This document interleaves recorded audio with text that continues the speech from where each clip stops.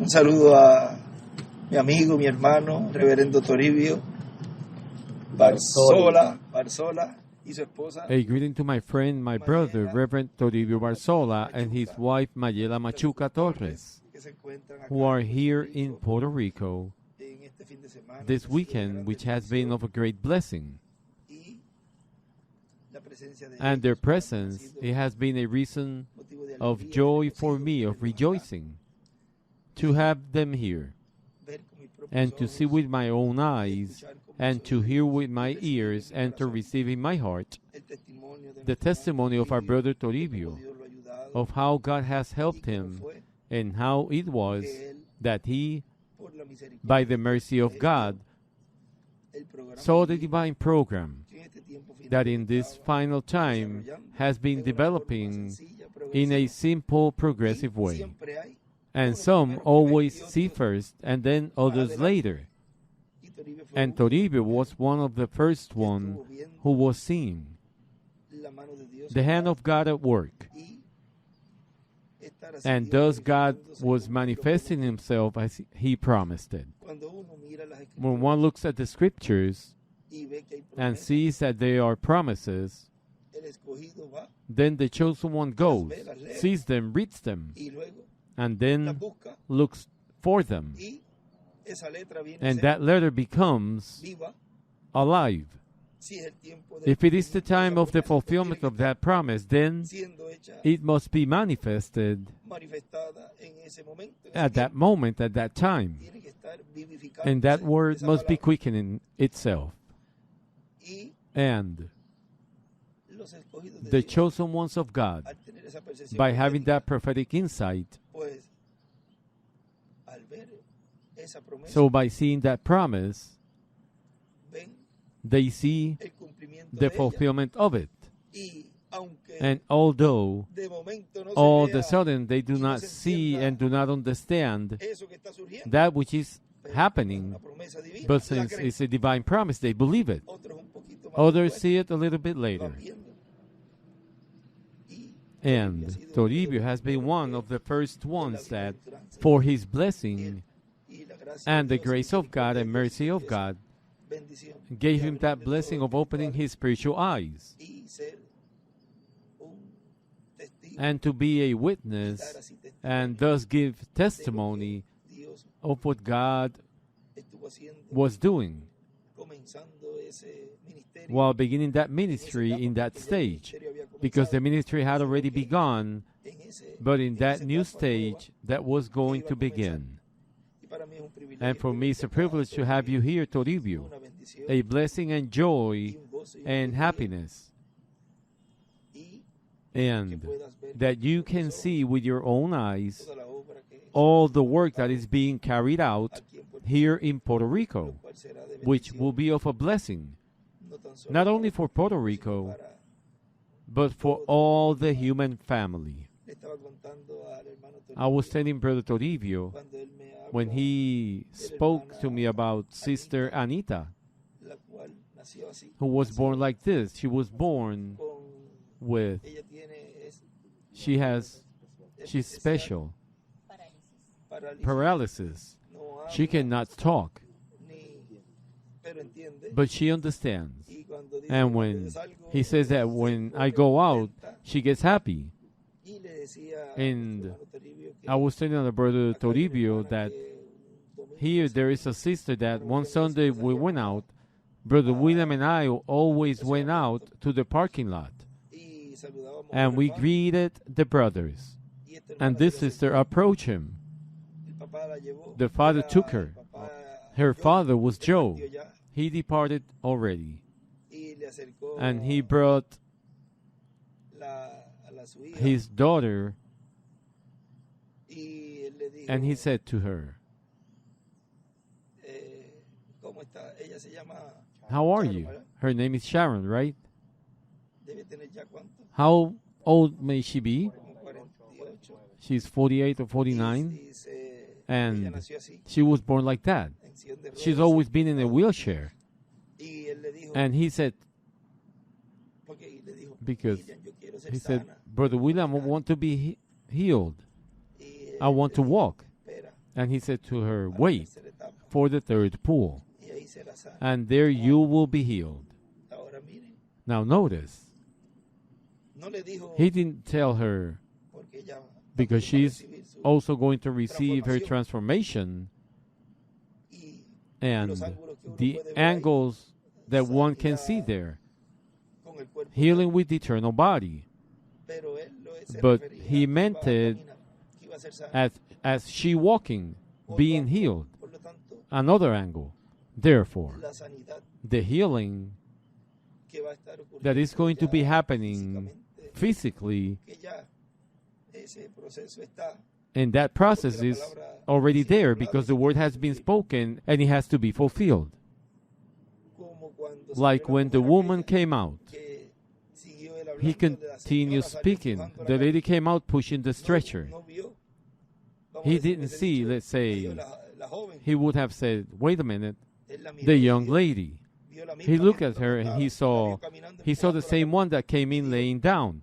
He saw her walking out pushing the stretcher, and he said, the lady came out pushing the stretcher.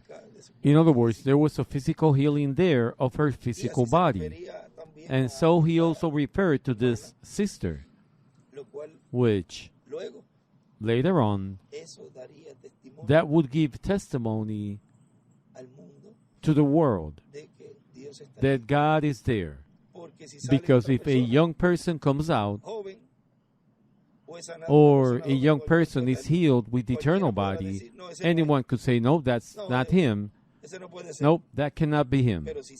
But if the same person comes out walking with his gray hair, but that health restored, that everybody who testified of how long she has been laying down in bed, like that woman, she said, I've been 20 years laying in bed.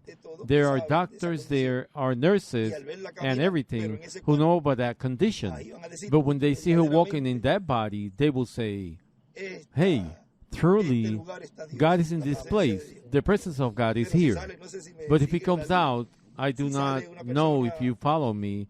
If a different person comes out, oh no, that must be that they change it in there, see? In other words, the time will come when these bodies, I have said that, if it is not when we are in this body, then in the new body, it will always be healed. But most of them will have their legs and arms and diseases that they had restored while being in this body. And I was going to show Toribio something here. I'm grateful for the brethren. Thank you. Patty also gave me one. Robertito also found one for me, and several brothers. After Friday, I talked about a blackboard. Now look, I am using it for the first time. Notice the tent. Let us say that it is like this. Like it's got round edges like this. It's oval on the tips or ends. And the buildings, let's say that they are like this on the sides.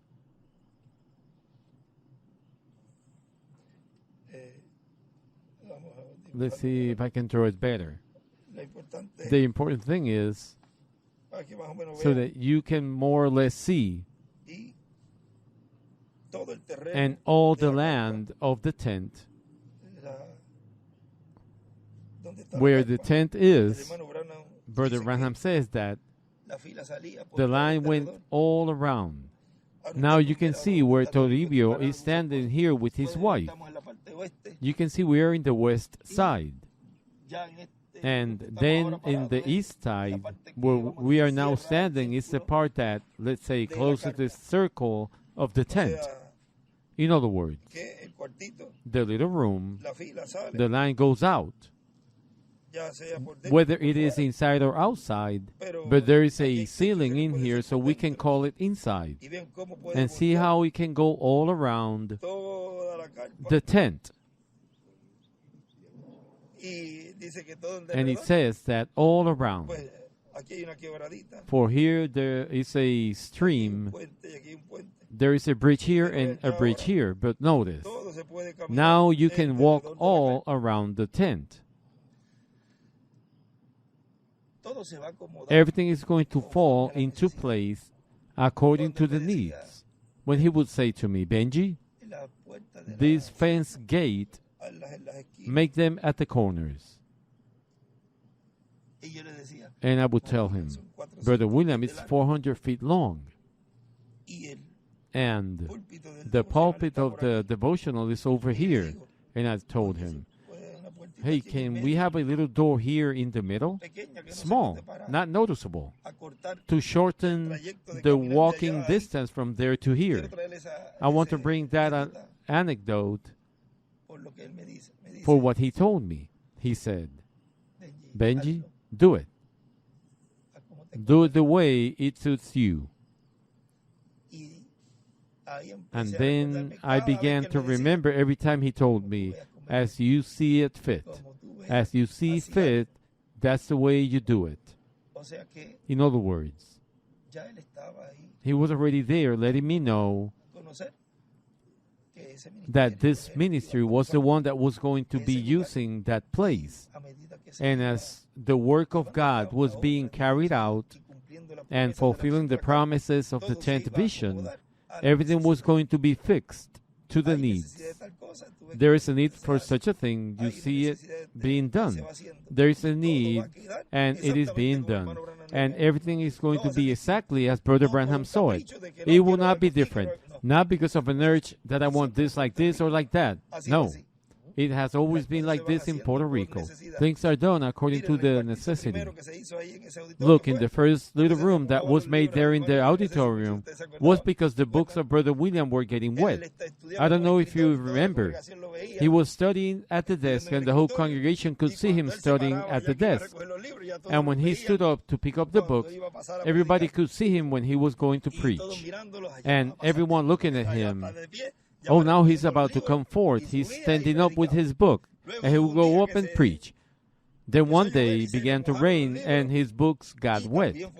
And it was also the day in which a flood occurred, and the water raised his desk and then went down still.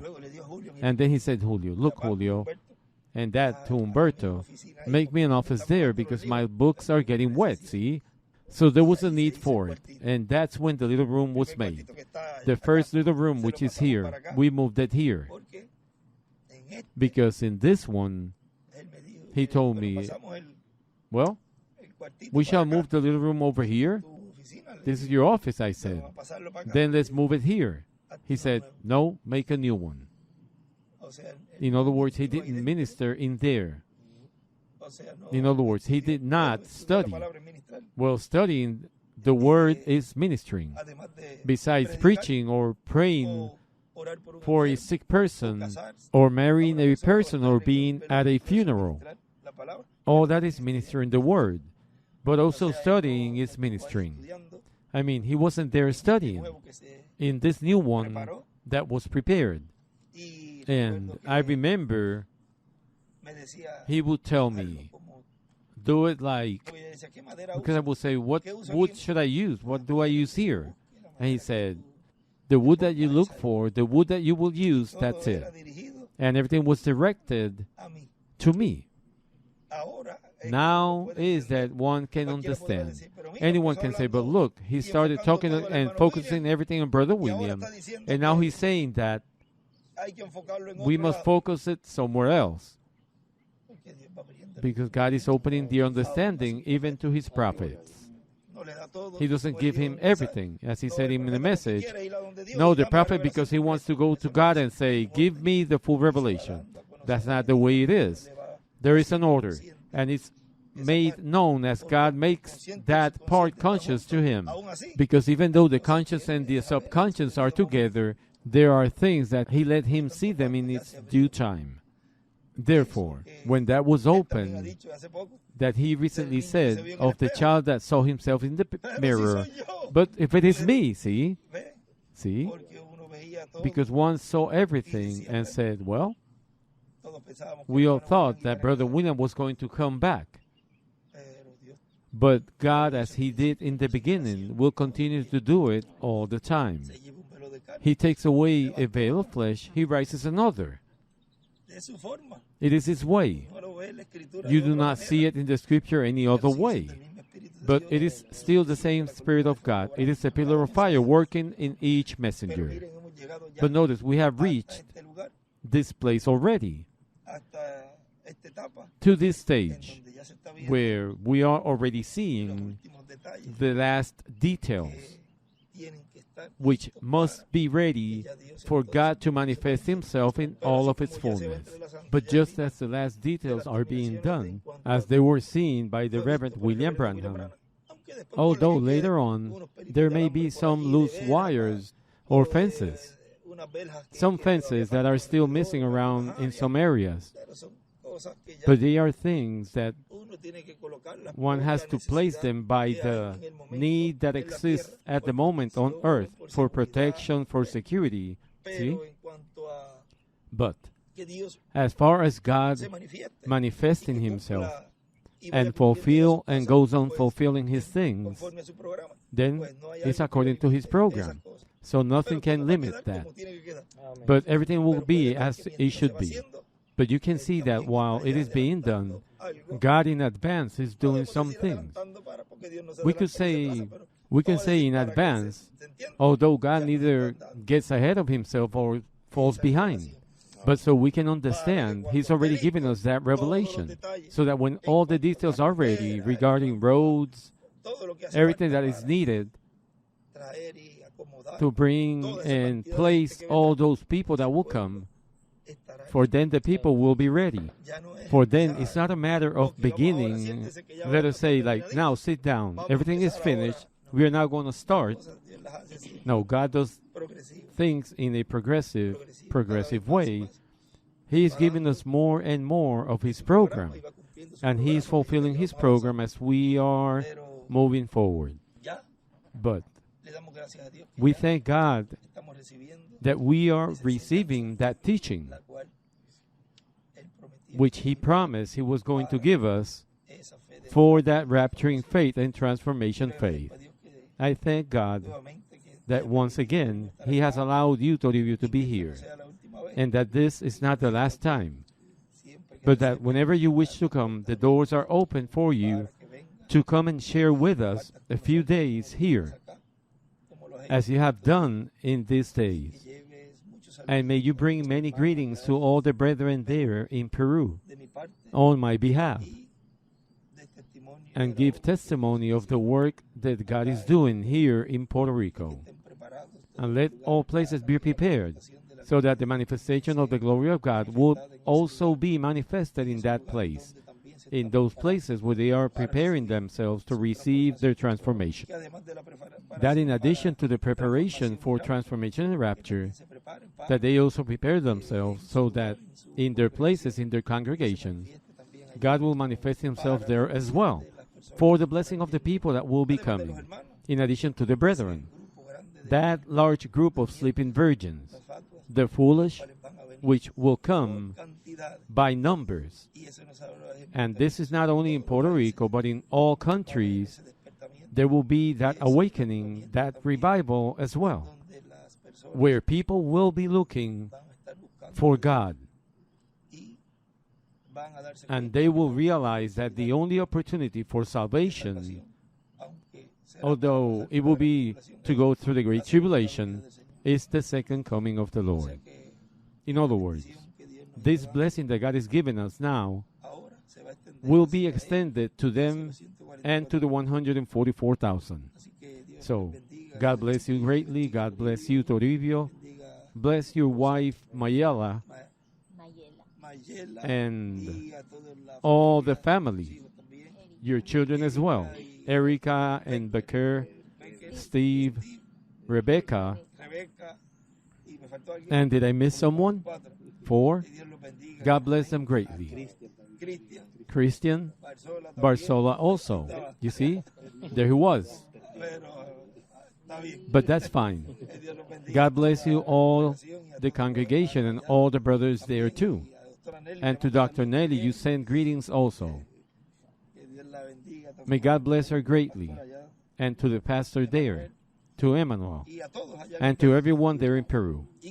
And that soon we will be seeing each other, and I long to see you in this body, so that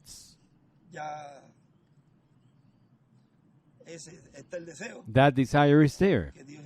May God then work it out and fulfills it as it is in His program.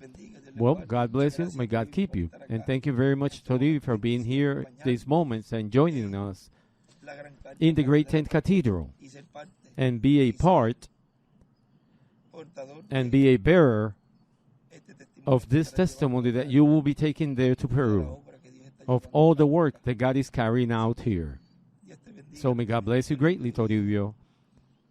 And my wish is that God also uses you in this third pool in favor of the Peruvian people as well, and every brother and sister, son and daughter of God, that your ministry reaches,